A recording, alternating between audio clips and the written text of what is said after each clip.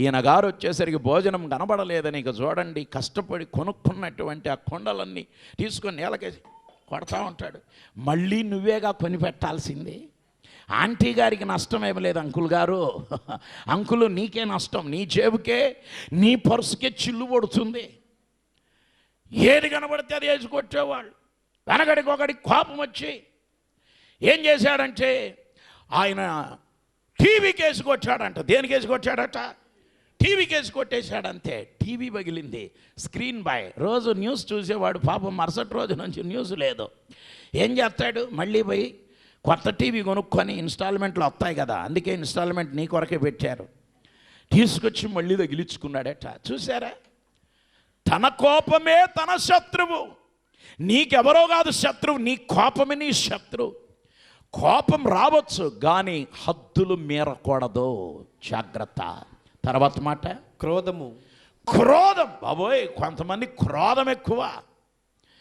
నేను పట్టిన కుందేలకు మూడే, నేను ఆడిని వదిలిపెట్టను. ఒక ఆయన చచ్చిపోయే ముందు కొడుకులకు చెప్పాడట, ఒరేయ్ ఆ పక్కింటోని వదలకురా అని చెప్పి పోయాడంట తాత. క్రోధం. అల్లరి. అల్లరి.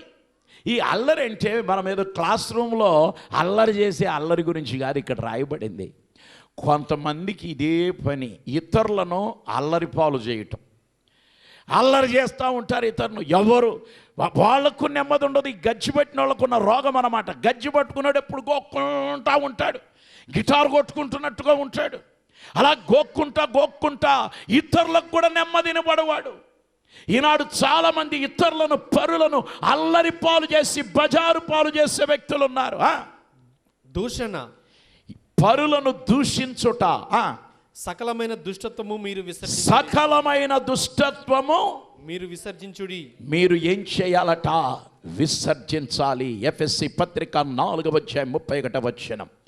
అలాగే తీతుకు పౌలు వ్రాసిన పత్రిక 3:3 కూడా ఇలాగుంది కదా. తీతుకు పౌలు వ్రాసిన పత్రిక 3:3 ఉంది. ఎందుకనగా మనము కూడా మునుపు అవివేకులమును అవిధేయులమును మోసపోయిన వారమును నానా విధములైన దురాశలు భోగములకు దాసులం అయ్యుండి దుష్టత్వమునందును అసూయయందును కాలము గడుపుచు అసహ్యులమై ఒకనినొకడు ఏం చేసుకుంటూ ఉండేవాళ్ళము? ద్వేషించుకుంటూ ఉండేవాళ్ళం. పేతురు వ్రాసిన మొదటి పత్రిక 2:1-3 వరకు.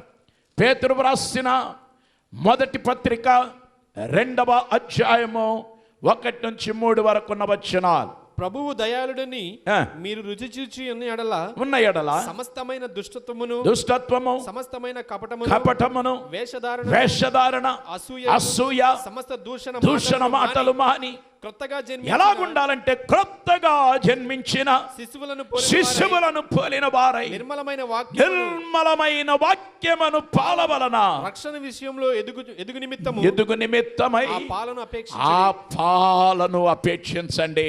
హల్లెలూయా, హల్లెలూయా. ఎందుకంటే అంతరంగమును మలినపరచే వీటన్నిటినీ వేర్లతో సహా పెరికి పారవేసి క్రైస్తవ బిడ్డలు పరిశుద్ధత గలవారుగా మార్చబడాలి. దేవునికి స్తోత్రం.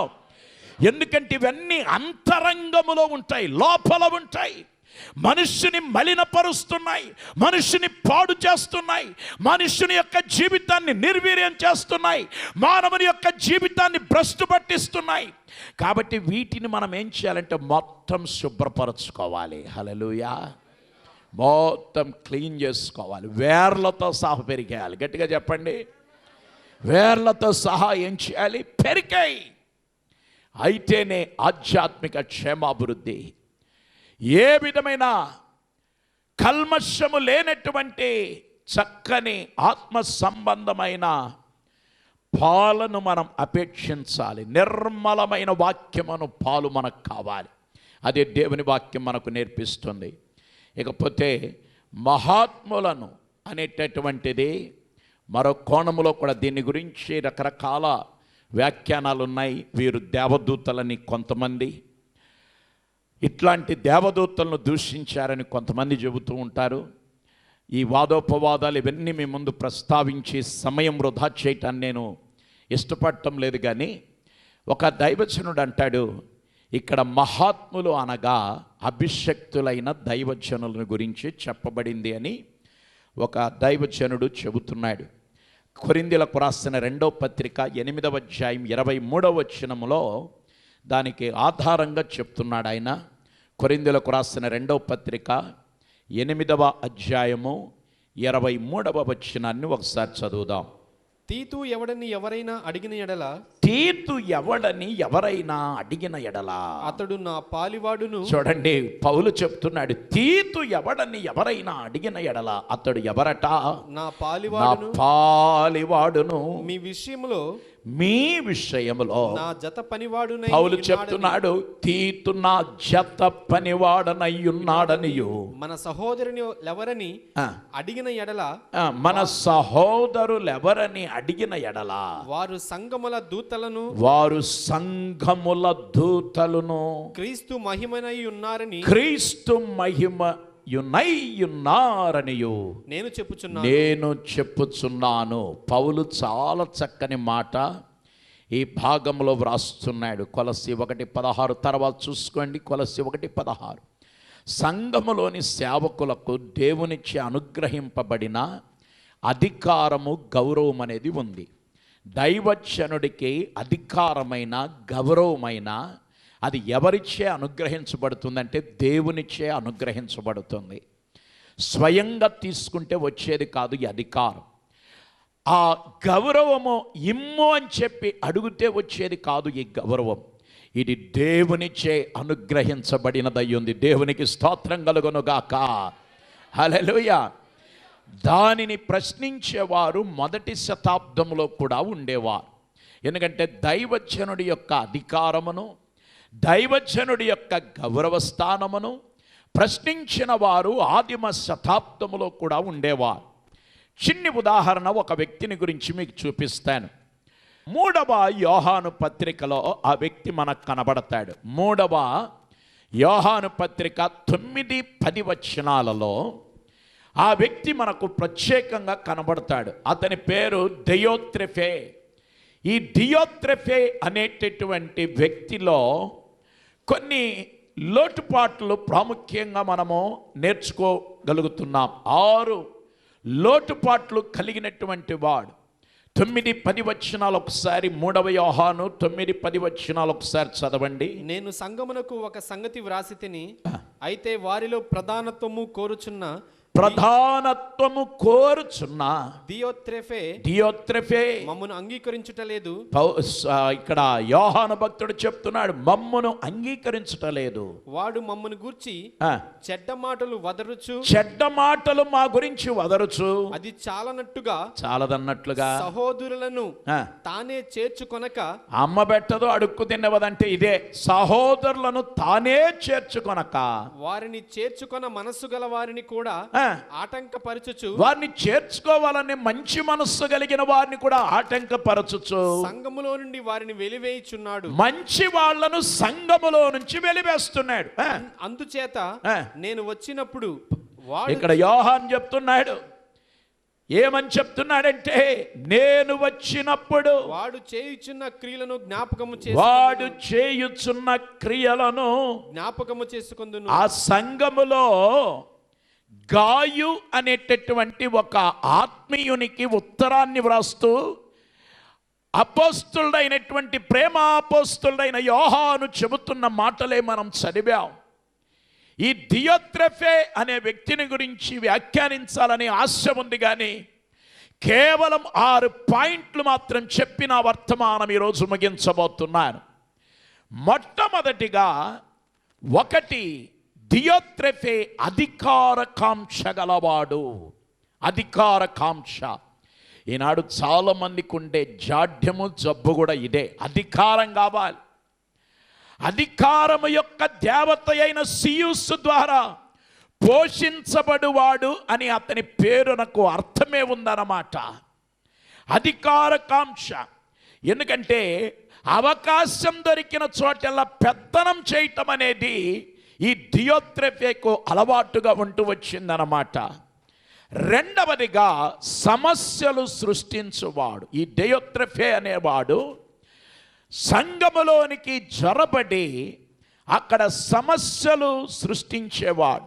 అపోస్తల కార్యములు 20వ అధ్యాయం 29వ వచనములో, అపోస్తల కార్యములు 20వ అధ్యాయం 29లో క్రూరమైన తోడేళ్ల విషయంలో జాగ్రత్తగా ఉండండి అని పౌలు ఎఫెసులో ఉండే పెద్దలతో చెప్పటం జరిగిందన్నమాట.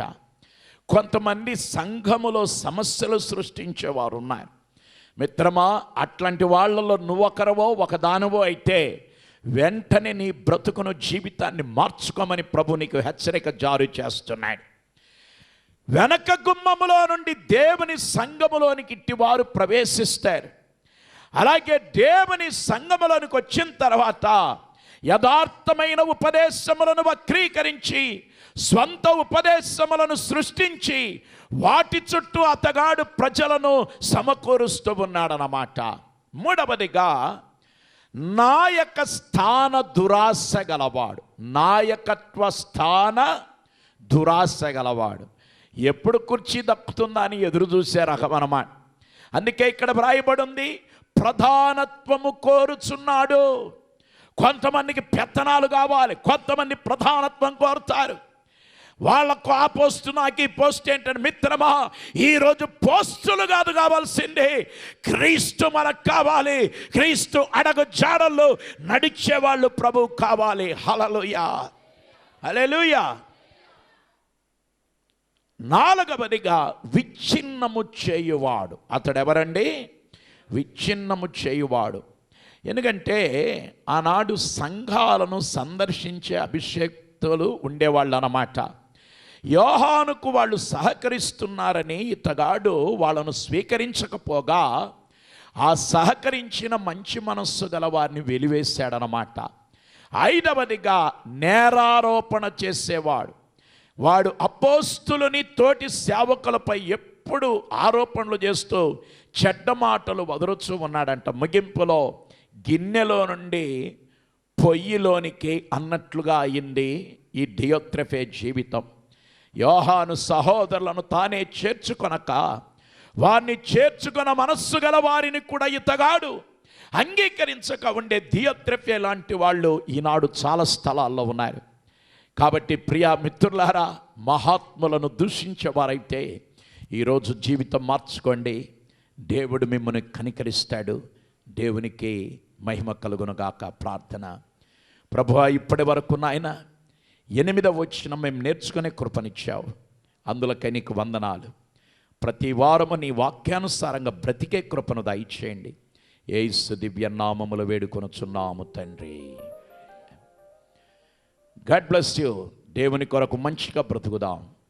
ఆమేన్. మీ ప్రార్థన అవసరతలకై మమ్మలను సంప్రదించవలసిన మా చిరునామా: పాస్టర్ పిటి వర్గీస్, ప్రేమ సువార్త ప్రార్థనా మందిరం, Bhanunagar, Vijayawada. Phone number 0866253792. Cell numbers 9492883377 మరియు 9493883377.